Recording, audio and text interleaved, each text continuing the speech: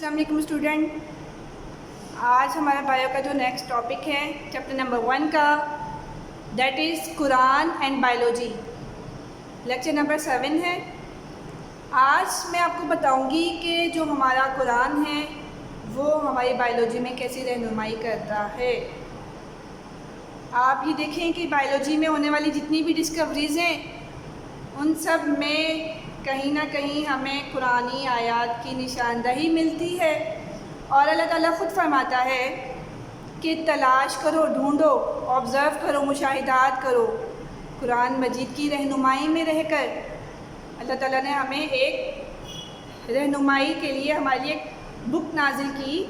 कुरान मजीद 1400 साल पहले उसमें तमाम ज़िंदगी के मामलात के बारे में रहनुमाई प्रोवाइड कर दी हमें। तो आज हम देखते हैं कि कैसे अल्लाह ताला ने कुरान मजीद की रहनुमाई में बायो के बारे में एक्सप्लेनेशन दी है हमें।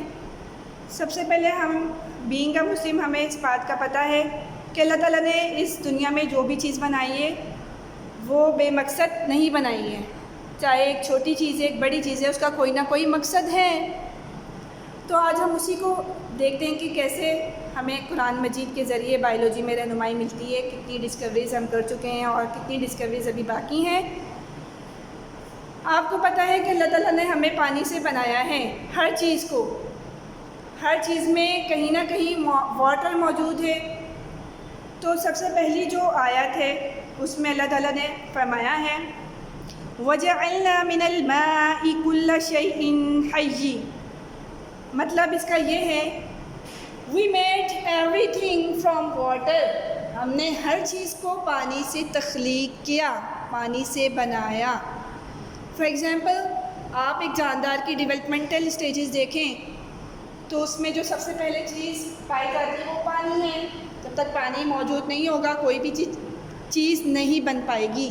फॉर एग्ज़ाम्पल आप ह्यूमन बीइंग के देखें, जब उसका एम्ब्रियो बनता है तो उसके एम्ब्रियो के इर्द सेट मौजूद होता है, एक वाटर बाउल होता है, मीन्स उसके इर्द पानी की एक थैली होती है, ये कह लें। इसी तरह आप अंडे की एग्जाम्पल लें, एग जब एक चिक डेवलप हो रहा होता है, एक चूज़ा बनता है तो उसके लिए उसमें भी उसके अंदर पानी मौजूद होता है। इसी तरह प्लांट्स की एग्जाम्पल लें, प्लांट्स में जब सीड की डेवलपमेंट होती है तो सीड उस वक्त तक डेवलप नहीं होगा जब तक पानी एब्जॉर्ब नहीं करेगा। इसी तरह एक जानदार उस वक्त तक जानदार नहीं कहलाता जब तक उसकी बॉडी के अंदर प्रोटोप्लाज्म मौजूद नहीं होता। जिन जानदारों के बॉडी में प्रोटोप्लाज्म होगा वही लिविंग थिंग कहलाएंगी, वही जानदार कहलाएंगी, अदरवाइज़ वो नॉन लिविंग थिंग कहलाएंगी। अब प्रोटोप्लाज्म क्या है? Protoplasm actually a combination of cytoplasm and nucleoplasm. Protoplasm is actually a combination of cytoplasm and nucleoplasm. आपने देखा होगा सेल के अंदर एक लिक्विड मटेरियल होता है जिसको कहा जाता है साइटोप्लाज्म। और सेल के, अगर आप एनिमल की बात करें तो एनिमल के सेंटर में न्यूक्लियस होता है, उस न्यूक्लियस के अंदर भी एक लिक्विड मटेरियल होता है, उसको कहते हैं nucleoplasm. Cytoplasm plus nucleoplasm combined together to form a protoplasm that is in living thing, it is a cell fluid. अब उस प्रोटोप्लाज्म को देखें तो उसमें 60 to 70% जो है वो पानी मौजूद है। ओके, नेक्स्ट वर्सेस की तरफ चलते हैं। ये जो पहली सूरत, जो पहली आयत थी we made everything from water, ये सूरह अंबिया और वर्स नंबर 30 से ली गई है। नेक्स्ट की तरफ चलते हैं।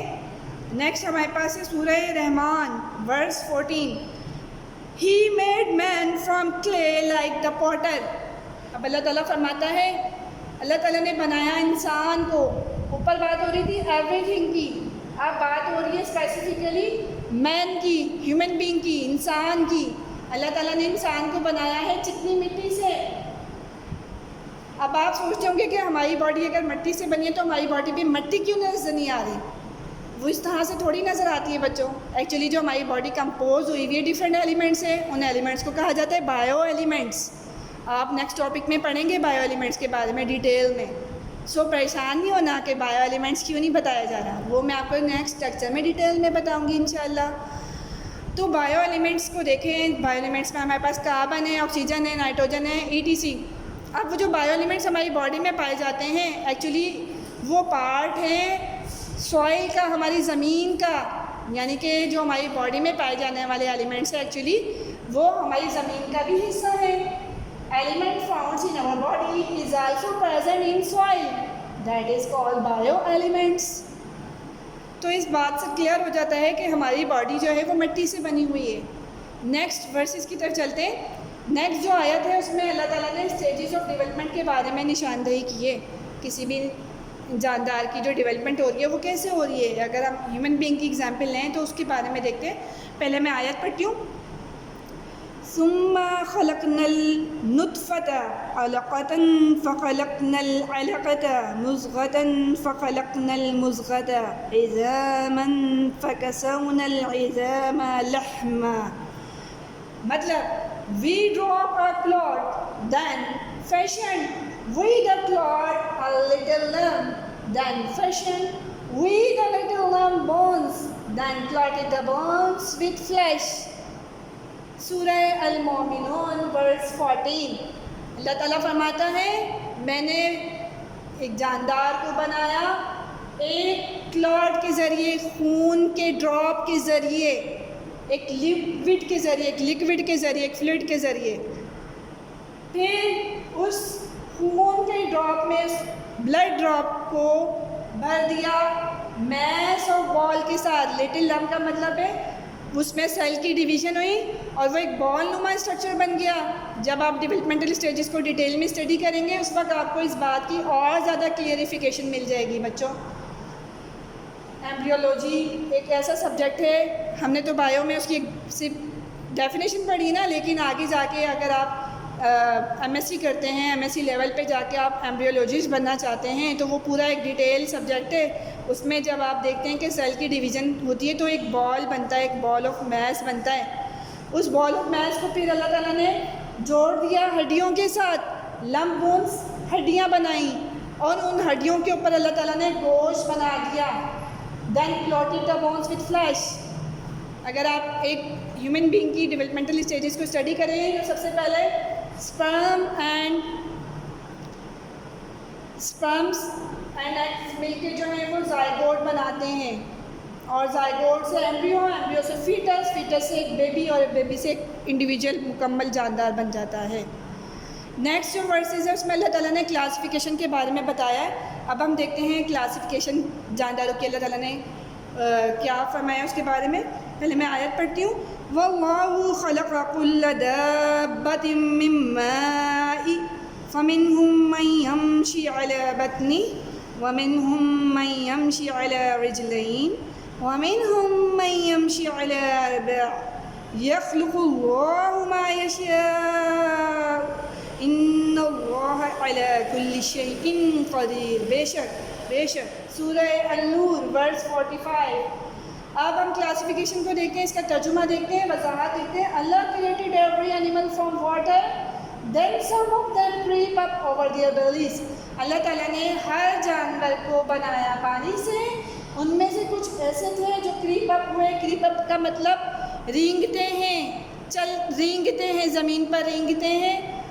बेलीज अपने पेट के बल। अगर आप इंसेक्ट्स को देखें, जो छोटे छोटे इंसेक्ट्स हैं वो रेंगते हैं अपने पेट के बल।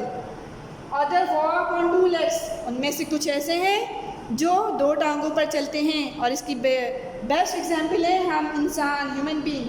एंड अदर्स ऑन फोर, और कुछ ऐसे हैं जो चार टांगों पे चलते हैं, चार, ठीक है, जैसे कि चौपाए, उनको चौपाए भी कहते हैं। उनमें एग्जांपल आ जाती है कैटल्स, जितने भी मवेशी हमारे पास, गाय, भैंस, बकरी, ऊँट, ETC, मैनी मोर।